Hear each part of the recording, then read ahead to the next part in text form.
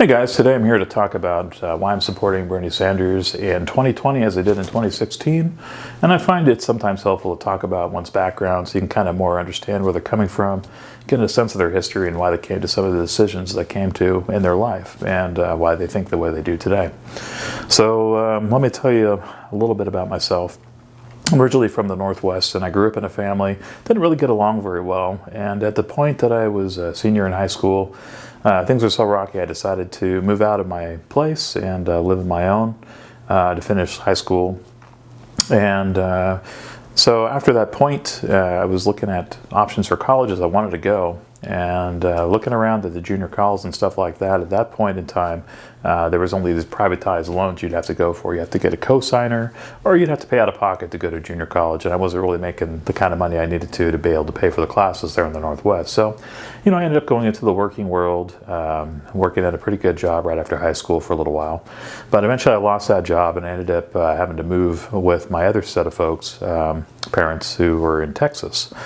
So I moved down to Texas, and while I was there, I said, well, let me go ahead and get into junior college. I'll pay out of pocket if I need to. Let me get a job and support myself. But doing it that way takes a really long time. Even if you're going to a junior college, 2 classes is quite a lot of money when you also have to pay for your food and expenses and everything else. So I started in 1999 when I first come to Texas, and I didn't graduate for my 2-year associate degree till 2009. It took me 10 years to get through a 2-year degree, which is just ridiculous. But when you have to sometimes take 1 class or 2 classes or no classes because of just the things that happen in life that take money, it takes a long time. And I'm not even sure you can do that these days. I hear that now it's different, and I might have been one of the last kids to really drag out a degree like that, because nowadays you lose credits if you take too long. So that may not even be an option anymore to do. And then basically what happens is now with the system we have with these federally backed loans, where even if you don't have good credit, you're able to get the money you need to go to school. They're making you go through at a quicker pace, so you really can't take your time and pay out of pocket. You're going to have to go in for a bigger loan and pay for those first 2 years of school, basically through the loan also. So it is hard for people who don't have the means to pay for it, out of pocket. So anyway, after I got my 2-year degree, I went out into the working world and did a manager job for a little while. And, after about a year of that, I was like, this isn't really what I had in mind for myself. Let me get out and get my bachelor's degree, which is really what my ambition was. So I ended up going to the University of Houston, and I ended up getting a marketing degree and an entrepreneurship degree, too. But, that's 2-3 years of more school. And it's also $50,000 in loans, even just for those 2 years, because I had 2 different degrees. So it's quite expensive, and something that I'm still paying on today after graduating in 2014. Here we are 6 years later. I still have a large amount of that that I have to pay. And I just like to see people in the future not have to go through that experience of 10 years of junior college and then having to pay still a huge sum of money just to get through 2 years of school to finish up the degrees. We live in a giant industrialized nation that's very successful, very rich, and all the other ones out there are doing better by their citizens by putting them through school and putting more of an investment into them for the future of their country. And I think we can do that here in the United States too, with a little bit of taxpayer money. Something worth paying for. I really strongly believe that, and I don't mind paying a little bit more to help someone else be able to not have to do that struggle. That wasn't the only struggle about school for me either. There was also the healthcare side of it too. When I was in school, I had strep throat, I had an abscessed tooth once, I had broken teeth and stuff like that happened too. So I'd have to go ask my folks for money basically to be able to take care of these emergency situations, like with the abscessed tooth. That was quite expensive. That was several $1,000s just for that one little procedure. The strep throat wasn't as big of a thing, but when you don't have healthcare, you have to worry about how much is the medicine going to cost and the doctor visit and all that.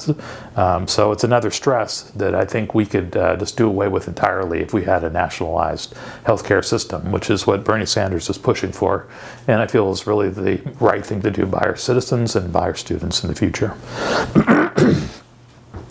So the other big aspect of this too, outside of the school and my journey through this educational process I've been telling you about, is that the Green New Deal is a big thing for Houston's too, because we have a city right on the coastline, and I have a family that lives down in Dickinson near the water, and when we had a hurricane recently, their house flooded. And several years later, we had another hurricane, but fortunately, their house had been lifted by FEMA, where the other houses in the neighborhood didn't, and everybody else lost their house. So, everybody in that entire block, that strip there in Dickinson, Texas, basically lost their house through flooding, and it's only going to get worse. We see the Green New Deal and the global warming, and we look at where the maps are and the topography, and you see the water levels, coming up into the city, where we're going to have a coastline, midway here in Houston in the future if we don't make some major changes. So we really need to look at getting rid of some of these carbon emissions. We need to make some reforms in our vehicles and stuff, and get into more electric vehicles for sure, and take a look at our industry and ways we can cut down our carbon. Not just here, but I think it's a taller order to get everybody else in the world on board, but we need to try. So that's really important. Also, another thing, now that I'm graduated and I'm working here in Houston, I work at a store along with a lot of other people who went to school in the 80s at University of Houston. It's interesting talking to them, by the way, because they didn't pay anywhere near what I paid for tuition. It was much more affordable. They were able to do it out of pocket or with a little help, where my loans are over $50,000 for those 2 years of school. So what a big difference, that we really need to get back to something sensible. And I think sensible is offering that as a service, like the library is a service, or the public roads are a service. We pay out of our tax dollars, and it's worth the investment to do that. I was at work the other day too, and I had a security guard come in, and she was talking to us about what she sees out there on the street as she works out in front on a major thoroughfare in Houston. We got a lot of homeless people. So we had a homeless person just the other day running out in front of cars, leaving a fast food restaurant and yelling at them through their windows. Kind of out of their mind, scaring, people in the car. Probably not a good experience for that person also. And it's not the only time I've seen that in this area. This actually happened to me personally, so I could understand what she was talking about, because I've had, crazy people yelling at me through the window too. And the reason I bring this up is because those people probably need some health care. They probably need help for mental illness and stuff like that, or they could see someone, or they need to be taken care of and not be on the street.